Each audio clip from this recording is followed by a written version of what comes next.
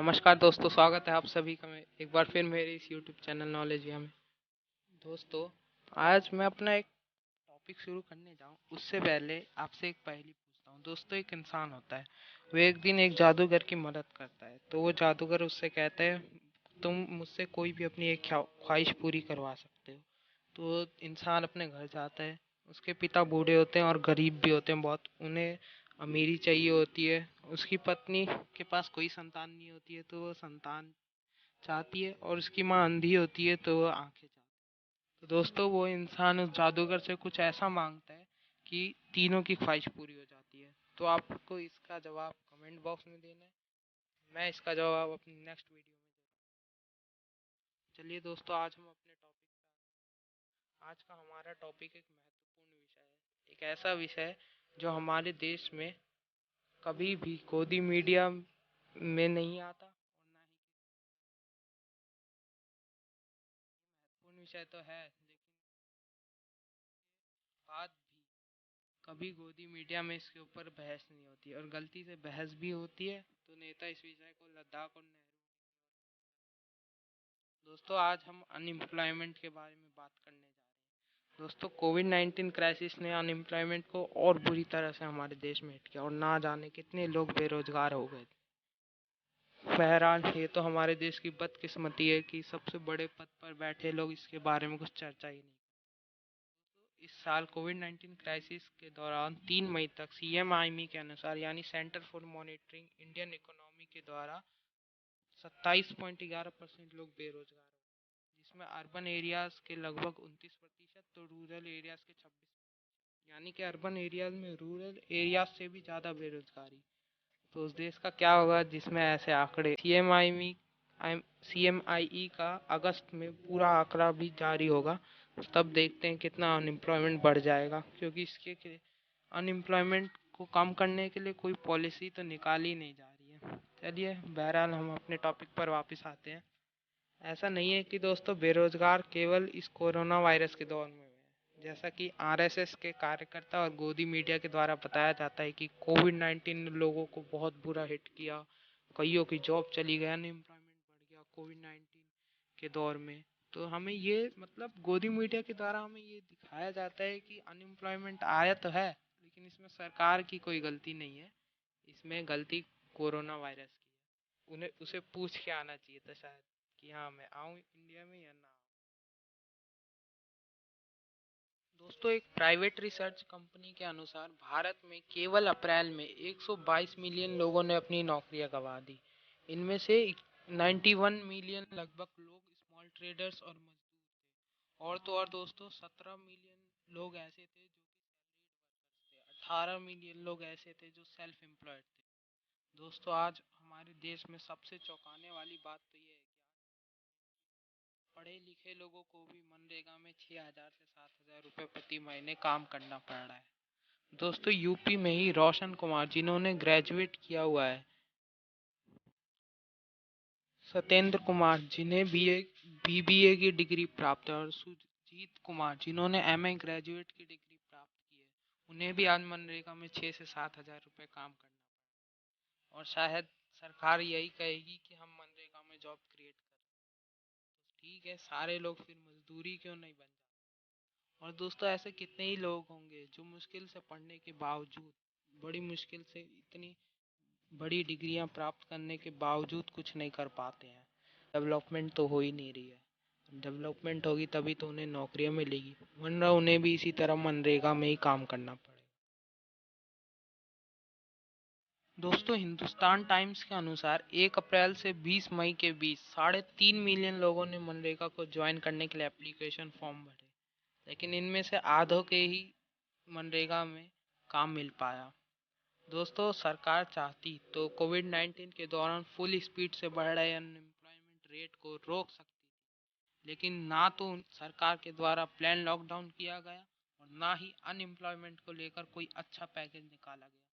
दोस्तों, मोदी सरकार केवल यही कहती रही कि हमने मनरेगा में ज़्यादा से ज़्यादा लोगों को काम दिया, पर ये नहीं बताया कि सरकार ने पढ़े लिखे लोगों के लिए मनरेगा में काम कर रहे हैं, उनके लिए क्या किया। या शा, या शायद कुछ किया ही नहीं। प्रधानमंत्री मोदी ने अपने भाषणों के कार्यकर्ताओं ने भी कई डिबेट्स में ये तो कहा कि लोगों की मदद के लिए प्रधानमंत्री गरीब कल्याण योजना का ऐलान किया गया, लेकिन ये नहीं बताया कि आखिर क्यों मोदी सरकार ने अन्य सभी योजनाओं पर पैसा खर्च करने से मना कर दिया, वो भी उस समय जब भारतीय इकोनॉमी की हालत खराब है और अनएम्प्लॉयमेंट रेट भी तेज गति से भारत में बढ़ रहा है।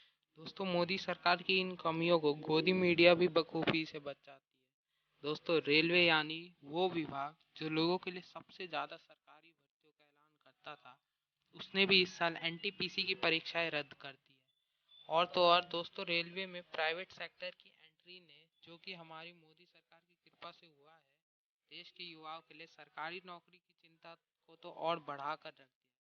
दोस्तों, ऐसा इसलिए क्योंकि रेलवे एक ऐसा सेक्टर था जहां सबसे ज़्यादा गवर्नमेंट जॉब्स क्रिएट होती थी।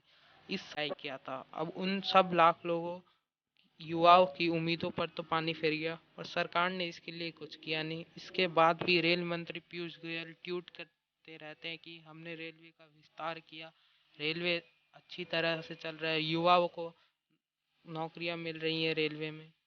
मतलब उन्हें शर्म भी नहीं आती कि झूठ बोलते हुए लोगों के सामने। दोस्तों, आज हमारे देश का दुर्भाग्य तो यह है कि सत्ता पर बैठी सरकार गोदी मीडिया इसके बारे में बहस भी नहीं करते हैं, और जब इसके बारे में कुछ पूछा भी जाता है सरकारों से, तो वो धीरे धीरे नेहरू और पाकिस्तान की ओर रुख कर लेती है। दोस्तों, कोविड 19 के बाद हमने अनएम्प्लॉयमेंट रेट को बढ़ते हुए देखा, लेकिन कोविड 19 से पहले भी अनएम्प्लॉयमेंट रेट बहुत ही ज़्यादा हो गया था इंडिया में। लगभग 45 साल में सबसे ज़्यादा भारत में अनएम्प्लॉयमेंट हुआ था। दोस्तों, एनएसएसओ यानी नेशनल सैंपल सर्वे ऑफिस की रिपोर्ट के मुताबिक भारत में 2018 तक अनएम्प्लॉयमेंट 45 साल में सबसे ज़्यादा हो गया था, जो कि लगभग 6% के आसपास था, यानी 2011-12 के मुकाबले 3 गुना।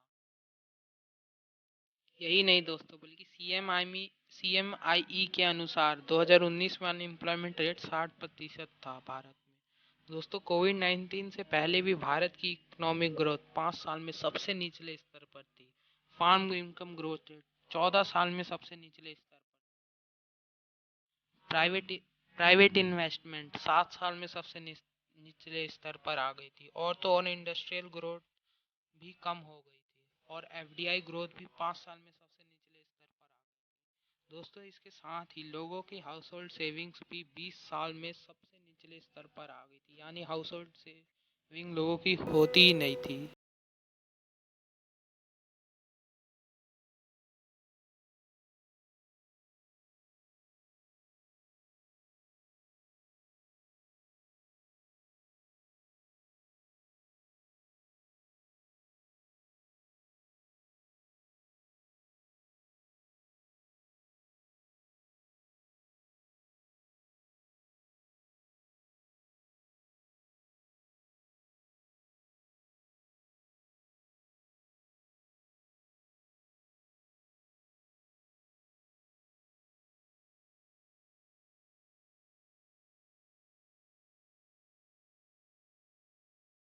किसान को तो 56 इंच का सीना दिखाते ही, लेकिन क्या कभी poverty, unemployment, economic growth rate, अर्थव्यवस्था को कभी 56 इंच का सीना दिखाने की बात भी उन्होंने कही, या कभी इसके बारे में चर्चा भी करी है लोगों के सामने आके, या कभी किसी मीडिया को या एनडीटीवी इंडिया को ही कभी इंटरव्यू दिया है उन्होंने? आज तक एक भी इंटरव्यू नहीं दिया। दोस्तों दोस्तों मोदी सरकार ने चुनाव लड़ने से पहले हर साल 2 करोड़ नौकरियां निकालने का ऐलान किया था, लेकिन सच तो यह है कि 2017 में भी सरकार केवल हर साल 70 लाख नई वैकेंसियां निकाल पा रही थी, और हर साल उसके बाद युवा लगातार बेरोजगार होते जा रहे थे। दोस्तों, कोविड 19 क्राइसिस के बाद भी सरकार के द्वारा ऐसे फैसले लिए गए जिसने देश के बचे कुचे रोजगारों को भी खत्म करना शुरू कर दिया, जिनमें से प्रमुख फैसले लोन पैकेज था, अन्य योजनाओं पर रोक लगाना, और रेलवे जैसे सरकारी विभाग में प्राइवेट कंपनियों का की दखलंदाजी। दोस्तों, मोदी सरकार से कभी पॉवर्टी, अनएम्प्लॉयमेंट और अर्थव्यवस्था सवाल पूछा नहीं गया, लेकिन जिन पत्रकारों के द्वारा ये सवाल पूछा गया, या तो वे मीडिया में रहे ही नहीं, या उनकी रिपोर्टिंग अब कोई दिखाता भी नहीं। आज हमारे देश में लोग होंगे, ऐसे जागरूक लोग भी होंगे जो एनडीटीवी इंडिया देखते होंगे या अपने स्वतंत्र पत्रकारों की रिपोर्टिंग को देखते होंगे, लेकिन उनसे भी ज़्यादा इस देश में पक्का मोदी भक्त होंगे, जो अब भी ये मानने को तैयार नहीं है कि मोदी सरकार गलत है। दोस्तों, जब भी उनसे कोई सवाल पूछा जाता तो वो हमेशा अपोजिशन को जिम्मेदार ठहरा देती थी। वो हमेशा ये कहती थी कि ये तो कांग्रेस के जमाने से चले आ रहा है। लेकिन भाई, आप क्या कर रहे हो? आपको जनता ने किस लिए चुना है? अगर आपको भी यही करना था तो आपसे अच्छी तो कांग्रेस ही थी। कम से कम उनके राज में इतनी बुरी हालत तो नहीं थी, लेकिन इससे उन्हें कुछ लेना देना ही नहीं है। दोस्तों, कोविड 19 क्राइसिस के बाद लेबर लॉज में भी डीमोनेटाइजेशन किए थे, जिसने लेबरों को बहुत इफेक्ट किया। लेबर संघ ने आंदोलन किए, लेकिन वो मीडिया के द्वारा दिखाए नहीं गए, क्योंकि वो मोदी सरकार को बदनाम भी कर सकते थे। मोदी जी ये तो कहते हैं हम गरीबों की बहुत चिंता करते हैं, मन की बात भी करते हैं, लेकिन कभी इनके दुख को समझते नहीं है, और ना ही इनके विषय पर कुछ कहने को। दोस्तों, असल बात तो ये है कि मोदी सरकार को कोरोना वायरस के इफेक्ट के बारे में कभी कोई चिंता ही नहीं थी। हाउडी मोदी हो रहा था दरअसल, और फरवरी में भी नमस्ते ट्रंप हो रहा था। अहमदाबाद की गलियों को सजाया जा रहा था, रास्ते में आई झुग्गी झोपड़ियों को हटाया जा रहा था, गरीबों को भगाया जा रहा था, गंगा का पानी यमुना में मिलाया जा रहा था, और ट्रंप के साथ फोटो खिंचवाई जा रही थी, और भाषण चल रहे थे, लेकिन सीए भी चल रहा था। लेकिन शायद इस कोविड 19 के इफेक्ट के बारे में भारत में कोई चिंतन ही नहीं था, ना गोदी मीडिया में और ना ही सरकार में। उस टाइम भी फरवरी के महीने जब कोरोना वायरस एक इंटरनेशनल टॉपिक था, तब भी लगातार नमस्ते ट्रंप हर चैनल, एनडी टीवी इंडिया को छोड़कर हर चैनल पे दिखाया जा रहा था, के मुद्दे को दिखाया जा रहा है, या राजीव गांधी फाउंडेशन को दिखाया जा रहा है, या विकास दुबे। लेकिन कोरोना वायरस के बारे में अब कोई बात नहीं कर रहा, क्योंकि पता है भारत की हालत खराब हो चुकी है, और ना ही इसके इफेक्ट के बारे में कोई सरकार से सवाल पूछता है।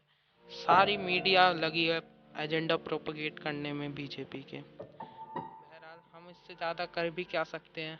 आते हैं यूट्यूब पे कुछ जागरूक करने वाली वीडियो ही बना सकते हैं। लेकिन हाँ, आपका ज़रूर काम है दोस्तों, जागरूक बनिए। और हाँ, प्लीज़ दूसरों को भी जागरूक करें। इससे वीडियो को जितना ज़्यादा से ज़्यादा लोगों के पास आप पहुँचाएंगे, उतना ज़्यादा अच्छा होगा। इस वीडियो को क्या, बाकी सभी पॉलिटिकल वीडियो जितना ज़्यादा आप शेयर करेंगे, उतना हमारे देश के लिए भले का काम होगा। और हाँ दोस्तों, प्लीज़ कमेंट जरूर कीजिए, सब्सक्राइब करिए और बेल आइकन को प्रेस करिए, आपके पास हमारी हर वीडियो